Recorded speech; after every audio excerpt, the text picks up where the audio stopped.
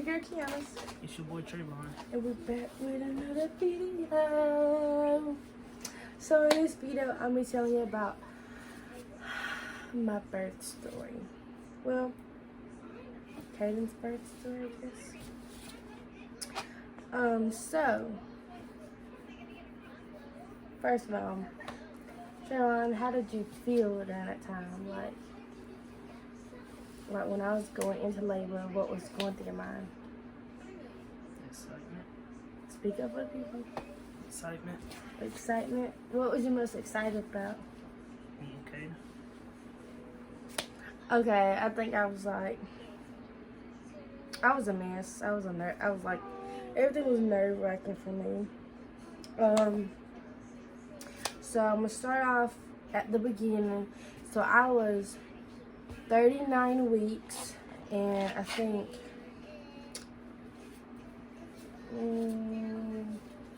4 days. 39 weeks and 4 days. And it was a Friday.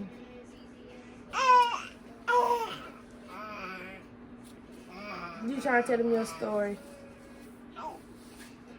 It was a Friday, and I didn't travel nowhere, so we was staying home, blah blah. So he brought me home that one night, and I was like, ooh, I started to feel stuff, but you know, that was just Braxton Hicks contractions because it wasn't hurting. I just felt like the tightness. So I texted him I got in the bathtub, you know, sat in there. I started timing it because I was like, well, you know, I started to feel it every time, but it wasn't like painful. So then I was texting Trayvon throughout the whole thing. I went up the stairs to tell my mama what was happening.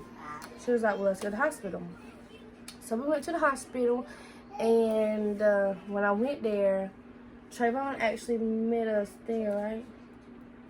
And that was Saturday because it went over to 1 or 2 o'clock in the morning. So I believe when we got there, he was there. So him and mama was in the weight room. They wouldn't let nobody go up there with me because I wasn't admitted to the hospital. I was there just for observation. So when I got upstairs, I was just laying there. They were checking me. I was nothing but 1 centimeter dilated, you know, but it was taking so much longer for me to go. And they were like, well, you know, you're still stuck. So they tried to give me water. I had to drink a bunch of water to get, you know, him moving, get him going. And I was there for about 3 or 4 hours because it was 4 o'clock in the morning. And then that whole day went by. So now fast forward to Saturday night, I was in the bathtub again. I was like, oh, I'm starting to feel it. I feel it everywhere. So I went to the hospital again. They checked me again. I was up there by myself again. I was she said, this is what she said. She said I was like 1.5. I guess I was halfway there because it was a little more than what it was before, but it wasn't quite the 2. So I was in so much pain they couldn't give me nothing. So I was just laying there. I remember feeling I feel so abandoned because nobody was in there with me. I was in a small room. My phone was down, so I couldn't really talk to him. And I was in so much pain. I don't do pain. I'll pass out of pain. I can't stand pain. But what was going through your mind when you was just sitting there for all them hours? I don't know. I was tired because I was up the whole day. Yeah, he was. Gator. He's saying wrong. But so Saturday, I was just in pain. They sent me home, okay? Then I texted Trayvon Saturday night. I said, can you please come? I think it was Saturday night, going towards, I'm so sorry. I think it was Saturday night going towards Sunday morning. I mean, I was in agonizing pain. It felt like cramps, like period cramps. I don't get period cramps, so I was like, you know, it was like really, it was okay. Like I'll get one now and then, but like I don't really get period cramps. But like my like contractions felt like period cramps where I had to clench my butt cheek together, and I was holding like every single one. I was like I couldn't breathe. I just felt like I was about to pass out. I just couldn't take it. So I called, I can't remember if I called or texted Trevor, but I called or texted him. And I said, look, can you come here at like 6 o'clock in the morning? Like, come over here, because my mama was at work.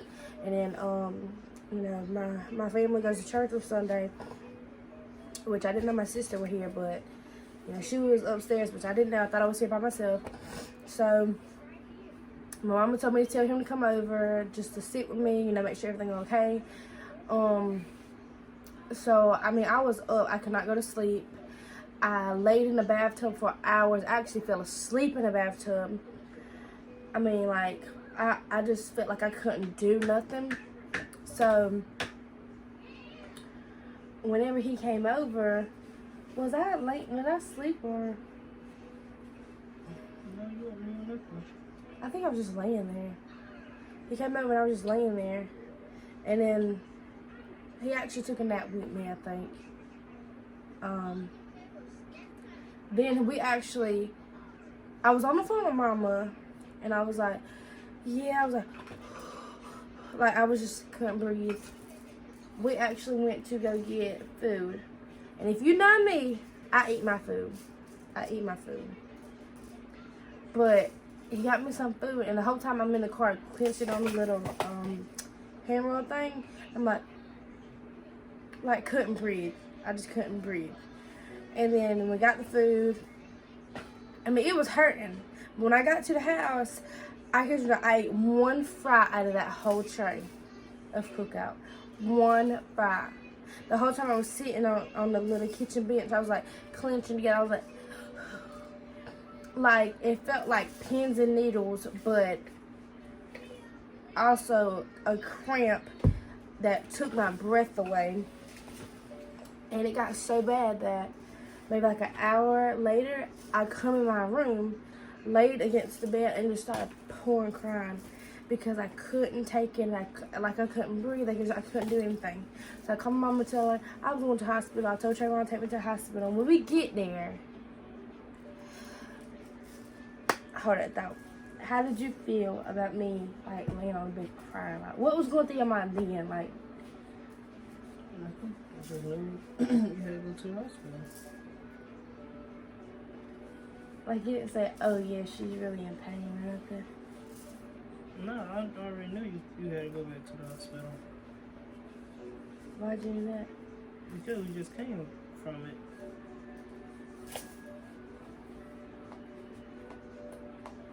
So then after we was on the way to the hospital, I get there and the lady, and she's like, what's going on? I said, ma'am, I think I'm in labor. The whole time I'm like you could just see it on my face, like I was just in pain. Meanwhile, I didn't look big because I got a big chest, so it like covers everything. But I didn't look big, so I guess she didn't realize I was pregnant or whatever. But I was like, yeah, I think I'm in labor. And she was like, okay, hold on. Calls the upstairs, the labor and delivery. And I guess they're arguing on the phone because they don't know what's going on. I guess because the lady upstairs is asking her questions. She's like, how am I supposed to answer those questions when I'm not her? You know what I'm saying? So she hands me the phone and say, here you go. Tell her what's going on. I was like, at that moment, it didn't even go through my mind. Nothing. I was just getting the phone. I said, ma'am, I'm in labor. I can't breathe. It's like every 2 minutes. Yeah, that was it. So she said, okay, I'm sending somebody downstairs. Well, first she had put me on hold after that. I mean, before she said that, I told her everything. She said, okay, hold on. And the secretary was like, did she just really put you on hold? I said, yes, she did. The whole time I'm having cramps. And I'm like to bust out in tears, having cramps. And, she just has me on hold. Like it's a normal thing. So, you know, secretary and them back there is arguing because she's like, blah, blah, blah, yeah, they just put her on hold. That's crazy, blah, blah, blah, blah. So she got back on the phone and said, okay, I'm sending somebody down to get you.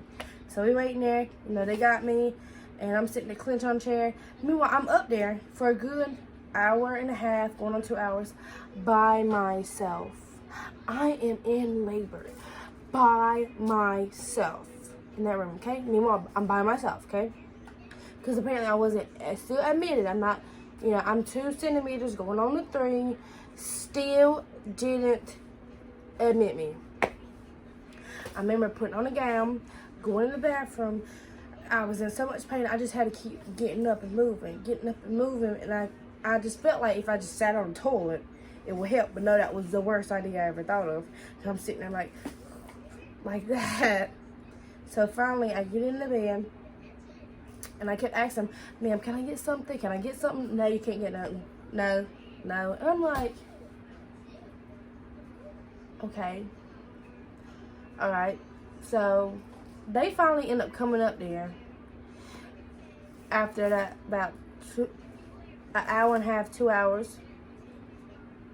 And then after that, apparently they admit me. And then I had the loveliest lady who, I don't know her name, I forgot what she does, but she hooked up my IV and she gave me something. And it was like, it wasn't to numb anything. It wasn't to like stop anything. It was like, it made me feel like the cramps didn't matter. Like I still felt it, but it was like my mindset was like, I really don't care enough to even, you know, react to it. That's how I felt. I felt pretty good. Trayvon here left me. Tell them what you went to go get, Trayvon. Snacks. What kind of snacks did you get? I ain't got chips and Gatorade. Cheese puffs at that. It says, here you go, knowing I cannot eat it. But they did bring me Jello and, like, you know, the broth and stuff, which wasn't that bad. I had yellow Jello, which isn't that bad at all.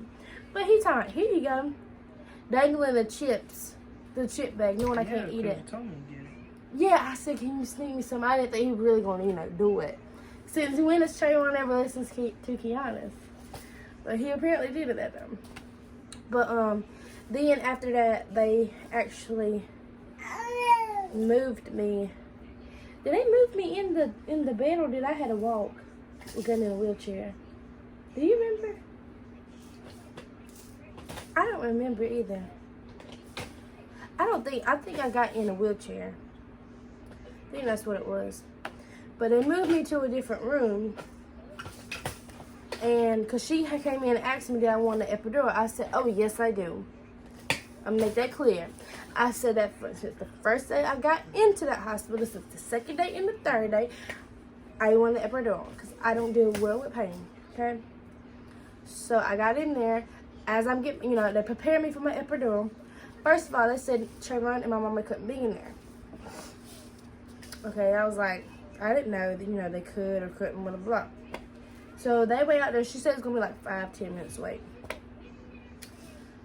How long was y'all waiting? Wait for like probably 30 minutes. 30 minutes. Well, probably longer. I don't know, because I was like, let me tell you what happened. They were waiting, and I had my little nurse, and I was holding on to her as I was putting the epidural in me, and as they're putting it in there, you know, I told them my height and weight, right? And I guess they can't even stand up by himself. But I remember they put it in my back, and I just laid there, and you know, everything went numb. But then all of a sudden I hear the beep beep beep beep, like the, you know, the noise started going off, and then my eyes started going, like started closing and going back to the back of my head, and all I see is like the light, like the legit, like the light up there. And I'm just like I feel like my soul was being sucked out of my chest. Like I feel like my body was shutting down. Like my heart stopped. Like that's what I felt like. I just like felt like I thought I was dying. I'm gonna just say I thought I was dying, because I was like this, and my eyes was like Like, I couldn't, like, open them even if I wanted to. And then, you know, what's even scarier is because the nurse is trying to sit here and, like, fix it. All I hear is, on the little radio or walkie-talkie, whatever she had, is, I'm not sure what else to do. We gave her all we could. And at that moment, I'm like, oh my God, I am going to die. I'm going to die. And that's my fear is dying, not where I'm going to go, but how I'm going to die. So at that moment, I'm like, you know, I feel like, you know, I'm just going to die and there's nothing I can do about it. I couldn't even move my legs, you know, my chest, nothing. I couldn't even move my arms. That's how bad I was, like, out of it. So then, I could swear, I think it was like maybe 10 minutes going on. That's when they had a different anesthesiologist in there. And I guess he, like, fixed it. Like, so he did something. Because I was like, I regained, like, consciousness. Like I'm talking to you right now. And I just remember started crying. And she was like, what's wrong? And I was like, I just want my mama. And I started crying. Because I was like, I didn't know what was going on. I didn't know, like, I was scared. Like, I'd never been that scared where I was just crying. Like, I was scared because I thought I was dying. And that's when Mama, what was going on out there? Now we just kept asking her what you doing. And then that's when I seen them walk in. And I was just crying. And I guess they told my mama that they had to, like, fix it. Because they had 2 different anesthesiologists in there. They had to fix it because apparently I think they gave me too much. They gave me the right amount for my weight. But I guess because my weight isn't necessarily what it should be since of my height, it was kind of too much. So after they fixed that, you know, I was fine. But Trayvon here, a soldier, did not go to sleep at all, you guys. But maybe, we went I want to say, we went there around like 3 something, almost 4 o'clock in the evening. Trayvon did not go to sleep the whole time. He put that chair up next to my bed and was staring at me like this. Like, you see me, I see you. I was asleep. I woke up every hour. He like this. And I thought I was dreaming for a second. I was like, did you go to sleep? No. Staring at me, and I'm like, I guess, and I kept waking up because, you know, like was the thing in my thumb, or what was the thing that kept going off? Do you remember? Somebody was going in labor. The machine thing behind you? Yeah. Yeah, that's when it went off every time somebody went into labor. Oh, okay. And then I had another machine on the other side of me. I don't think it was like, the thing in my arm, I kept moving when I was like, trying to like move my arms or whatever. She said it kept like, kind of like coming out of place or whatever. But yeah, there was like a bunch of machines that kept going off. And like, I kept waking up almost like an hour or 2. And this boy was like staring at me like, he even was helping the nurse at one point. What did you grab something for her or something, man? Like, he was like, oh wait, like he was working there. I was like, and my mama even offered him the little couch thing you lay on. He said no, and was staring at me. So I finally woke up. Did you even pee? Did you get up to pee? Did you eat? Did I eat? I don't think so. I just remember him like I'm laying right here in the bed and he's sitting right here, just like cornered, staring at me. I'm for real, like he had a blanket on and everything, but even if I caught him one time trying to doze off, he was like this, like popping on. But I woke up around 6 something, because my chest was hurting. I couldn't breathe. I was like I woke up, my chest hurt because I couldn't breathe. And it wasn't as dramatic, oh, she can't breathe. No, I really couldn't breathe. And when the woman, she was like, well, let me check you right quick. She said that, she was like, oh, well, yeah, it's time for you to push. And I was like, so, you know, she told me, she was like, basically that it's probably all the pressure that it was, because, you know, I'm a healthy girl. So it was like, I guess all the pressure going up there or whatever. But, I was pushing and I was throwing up. As I was throwing up, I was pushing. So I pushed Kaden out in 4 to 5 pushes. About like 10 minutes. 10 or 15 minutes. Trayvon, what did it look like? Like, was it nasty? Or like you didn't really look? No, it wasn't even nasty how people say it is. Like, or it ain't dramatic. No. It's not as dramatic. Did I poop? Yeah, Trayvon wasn't even looking. He was just looking like you know how you like just not, you know how you can look at one thing but you can like sometimes look and you see everything. That's probably what he was doing, like just looking at everything. But yeah, I was so nauseous that it just, I don't know. I wasn't really emotional. I was just like, oh, there's Kaden. Like, look at him in his weird head. Yeah, his head was weird. But yeah, I tore like this much, like that big. I had maybe like 1 to 5 stitches, tiny ones. My worst part for me was when I was getting off the epidural and I had to basically learn how to walk again and I had to use the bathroom. I had to pee. Whew, it burned. But overall, my whole experience, I would totally do it again. I would tell them what happened last time my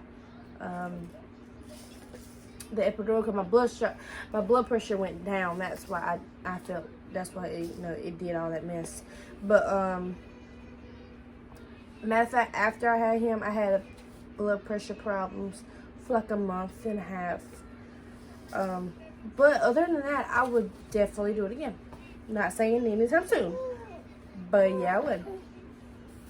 I would probably have like a little more preparate. How you say it? Like, how do you be prepared? Like prepare. Oh, I don't know how to say it. I don't know, like, but preparation. I would, you know, be more prepared. But y'all, Kaden, umbilical cord, it was tied in a knot. Like you tying a shoe, it was tied in a knot like that. Oh yeah. So when they had like, you know, weighed him or whatever, like before, you know, he was when they measured him in my stomach, whatever, he was originally like 6 going on 7 pounds. When they took him out, you know, everybody was like, but you know how you can read people's face. They were like, my eyes was like that. And, you know, me, I'm like still getting, like, I'm, you know, not there all the way, but I'm there. And all I hear was, what's that? Like that, right?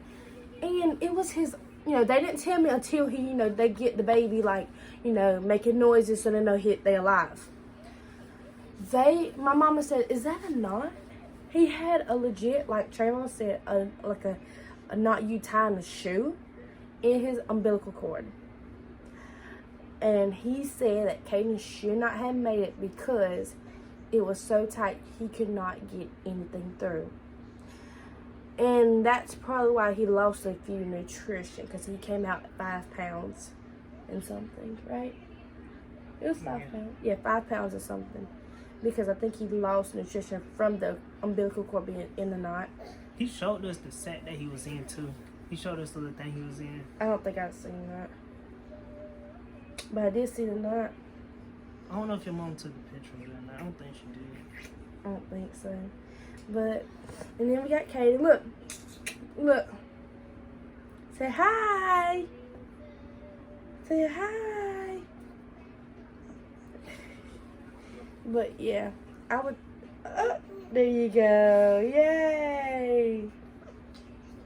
He's trying to learn how to clap, y'all. That's how he's clapping. Oh, he's clapping. You did it. You you did it. Your hand's going the wrong way though. And he's in a biting stage, and he's not even won yet. Stop. That hurt. But yeah, overall, the one thing I would say is like, giving birth is really tiring. That whole time when we had, the recovery room or whatever, me and Trayvon slept. This boy slept after. I mean, like an hour later, I had him. Mama said, "Here, Trayvon, you get to bed." As soon as Trayvon lay down, he was knocked out snoring. Oh yeah, they had took Caden. They had took him. They took him. Oh yeah, somewhere. whenever we went to the recovery room, it was just us three. They had to take him because his body temperature kept going down, and he couldn't keep it up. And I started crying because I thought it was my fault or something. But we were tired. Me and Trayvon was tired. As soon as they brought him back, we were like, we knocked out. I was so tired that I forgot to sign the paper, and the woman had to wake me up. I was like, and then it was kind of frustrating and upset because we couldn't get him to like.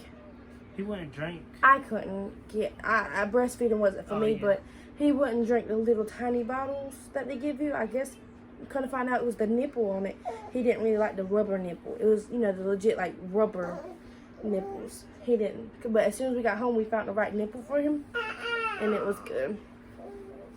But our little man is gonna turn 1 in 2 months. In 2 months, because you're 1. He's gonna turn 1.